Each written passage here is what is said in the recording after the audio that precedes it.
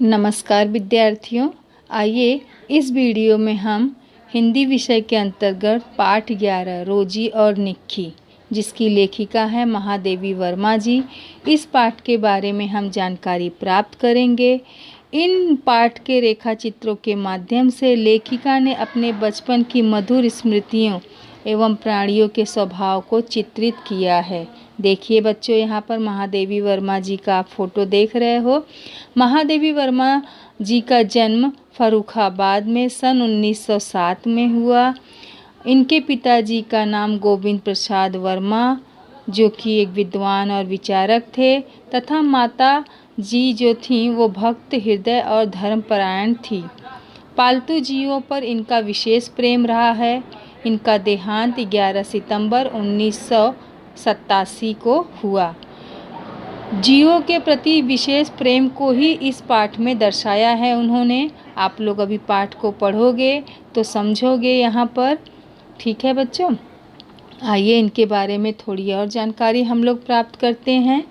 देखिए, जीवन परिचय अभी मैंने बताया कि इनका जन्म 26 मार्च 1907 को हुआ फर्रुखाबाद उत्तर प्रदेश में। इनके परिवार में लगभग 200 वर्षों या 7 पीढ़ियों के बाद पहली बार पुत्री का जन्म हुआ था। अतः बाबा बाबू बाके बिहारी जी हर्ष से झूम उठे और इन्हें घर की देवी महादेवी मानते हुए पुत्री का नाम महादेवी वर्मा रखा। उनके पिता गोविंद प्रसाद वर्मा भागलपुर के कॉलेज में प्राध्यापक थे। उनकी माता का नाम हेमरानी देवी था। हेमरानी देवी बड़ी धर्मपरायण, कर्मनिष्ठ, भावुक एवं शाकाहारी महिला थी। कई घंटों तक यह पूजा पाठ करती रहती, रामायण, गीता एवं विनय पत्रिका का पारायण करती थीं और संगीत में उनकी अत्यधिक रुचि थी। इसके बिल्कुल विपरीत इनके पिता गोविंद प्रसाद वर्मा सुंदर, विद्वान, संगीत प्रेमी, नास्तिक, शिकार करने एवं घूमने के शौकीन, मांसाहारी तथा हंसमुख व्यक्ति थे। महादेवी वर्मा के मानस बंधुओं में सुमित्रानंद पंत एवं निराला जी का नाम लिया जाता है, जो उनसे जीवन पर्यंत राखी बंधवाते रहे। निराला जी से उनकी अत्यधिक निकटता थी, दोस्ती थी। उनकी पुष्ट कलाइयों में महादेवी वर्मा जी 40 वर्षों तक राखी बांधती रही। इस प्रकार इनके जीवन परिचय के बारे में बच्चों हमने जाना। अब आ जाते हैं, पाठ पढ़ते हैं, उसके बारे में जानकारी प्राप्त करते हैं। प्रस्तुत पाठ में लेखिका महादेवी वर्मा ने अपने अतीत की मधुर स्मृतियों का वर्णन किया है। इस रेखा चित्र में महादेवी वर्मा जी ने अपने 3 सहचरों, 3 बचपन के साथियों निक्की, नेवला, रोजी कुतिया और जो रानी घोड़ी का बड़ा ही हृदय स्पर्शी चित्रण किया है। ठीक है बच्चों, महादेवी वर्मा के इस रेखा चित्र से हमें यह भी जानकारी मिलती है कि विषधर सांप से भी लड़ने और उसे परास्त करने वाला नेवला निर्विष होता है। रोजी कुतिया तो हमेशा लेखिका के साथ ही रहती थी।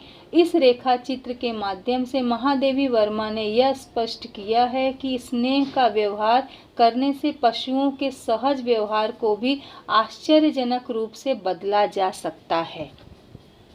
आइए बच्चों, अब हम पाठ पढ़ते हैं।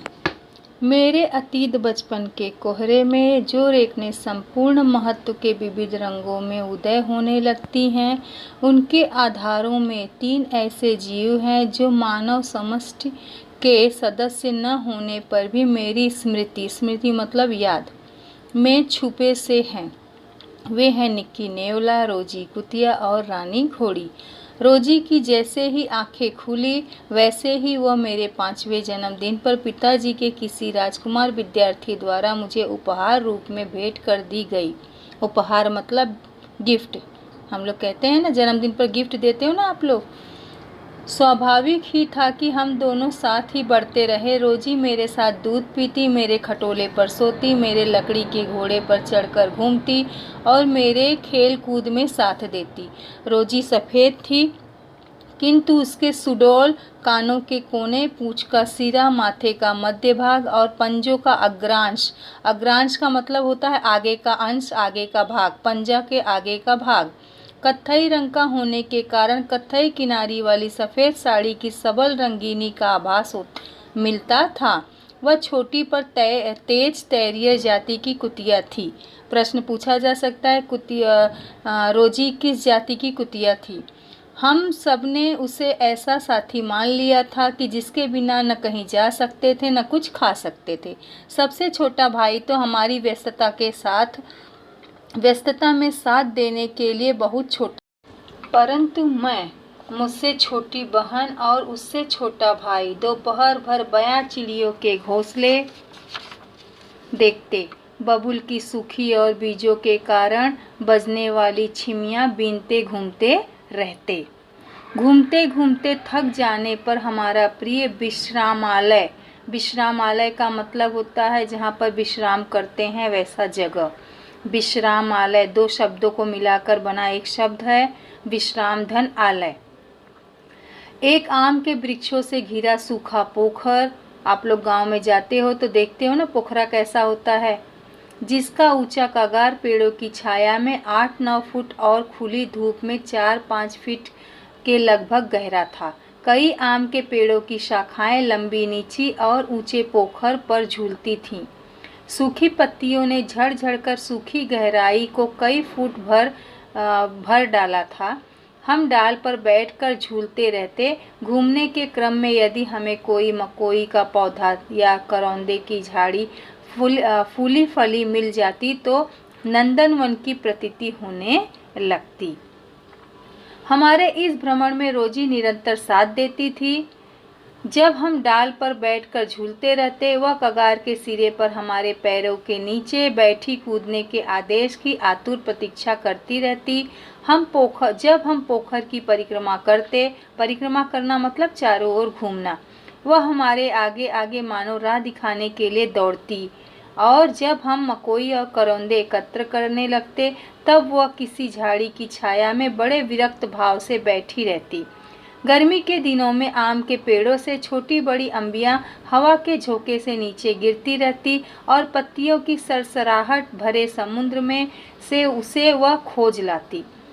अर्थात जहाँ पे बहुत सारी सूखी पत्तियाँ होती वहाँ पर भी वह जाकर उसमें से वो छोटे छोटे आम को खोज लाती जो पेड़ों से गिरे रहते। कच्ची कैरी की चेपी लग जाने से बेचारी का गुलाबी छोटा मुंह धबीला हो जाता, परंतु वह इस खोज कार्य में विरत न होती। दोपहर को पिताजी कॉलेज में रहते और माँ घर के कार्य में या छोटे भाई की देखभाल में व्यस्त रहती। रामा बाजार चली जाती और कल्लू की माँ या तो सोती या माँज कर बर्तन चमकाने में दत्तचित्त रहती। वे सब समझते कि हम लोग या तो कमरे में सो रहे हैं या पढ़ लिख रहे हैं। हम कुछ ऊंची खिड़की की राह से पहले रोजी को उतार देते और फिर एक एक करके तीनों बाहर बगीचे में उतर कर करौंदे की झाड़ियों में छिपते छिपते अपनी सूने मुक्ति लोक में पहुंच जाते। तीनों में से किसी को भी कमरे में छोड़ना शंका से रहित नहीं था, क्योंकि वह बिस्कुट, पेड़ा, बर्फी आदि किसी के उत्कोच के लोभ में मुखबिर बन सकता था। अर्थात कोई लालच देता और पूछता कि और बच्चे कहाँ गए हैं तो वो फट से बता देते। परिणाम तो तीनों का जाना अनिवार्य था। रोजी भी हमारे निर्बंध संप्रदाय में दीक्षित हो चुकी थी, अतः वह भी साथ आती।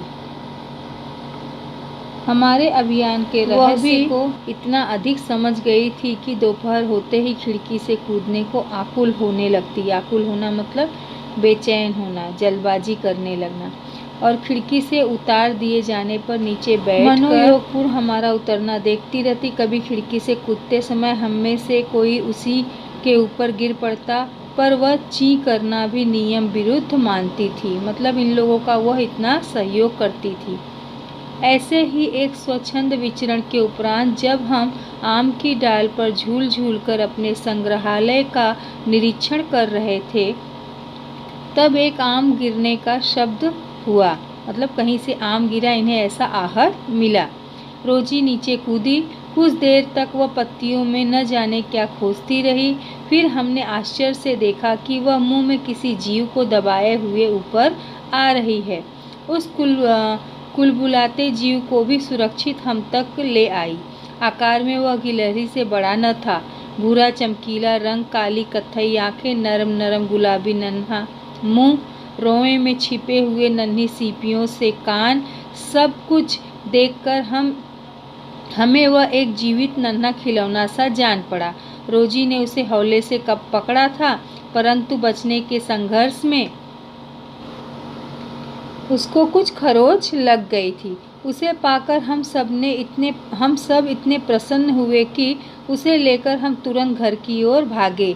वह एक नकुल शिशु था। उसका नाम हमने निक्की रखा। अब तो वह उस लघु प्राणी का हमारे अतिरिक्त कोई आश्रय ही नहीं रहा।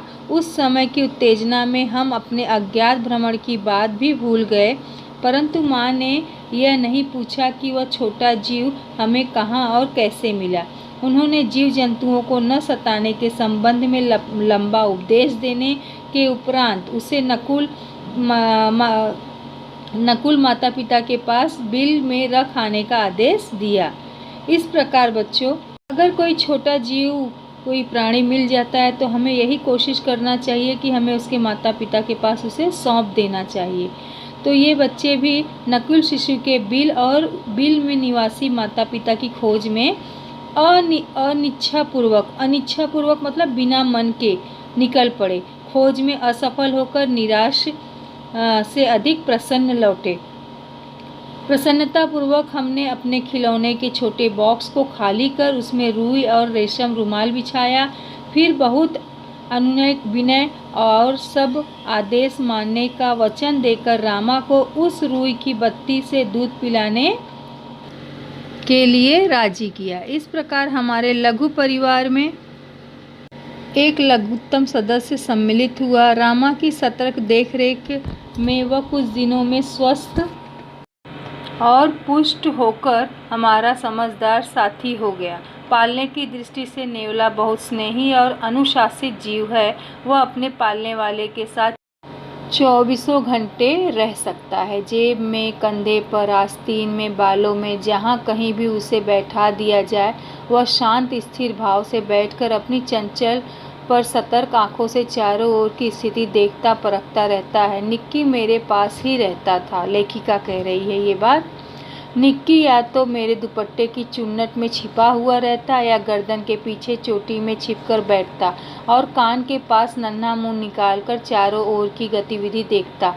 रोजी का कार्य तो हमारे साथ दौड़ना ही था, परंतु निक्की इच्छा होने पर ही हमें अपने सुरक्षित स्थान से कूदकर दौड़ता। एक दिन जैसे ही हम खिड़की से नीचे उतरे, वैसे ही निक्की की सतर्क आंखों ने गुलाब की क्यारी के पास, मतलब गुलाब पौधों के पास, घास में एक लंबे काले सांप को देख लिया और वह कूदकर उसके पास पहुंच गया।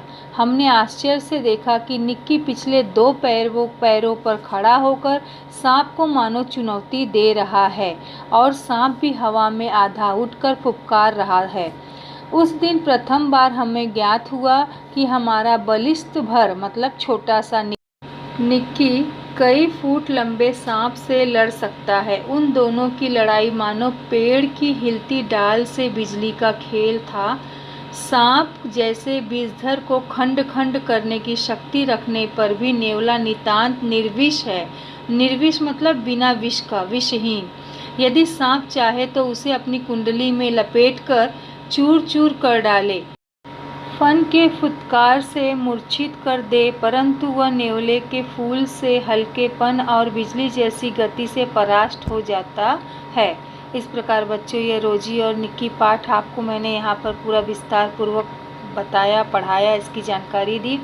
यहाँ पर लेखिका के 3 प्राणी सहचरों में से 2 निक्की नेवला और रोजी कुतिया के बारे में विस्तार पूर्वक बताया गया है। धन्यवाद।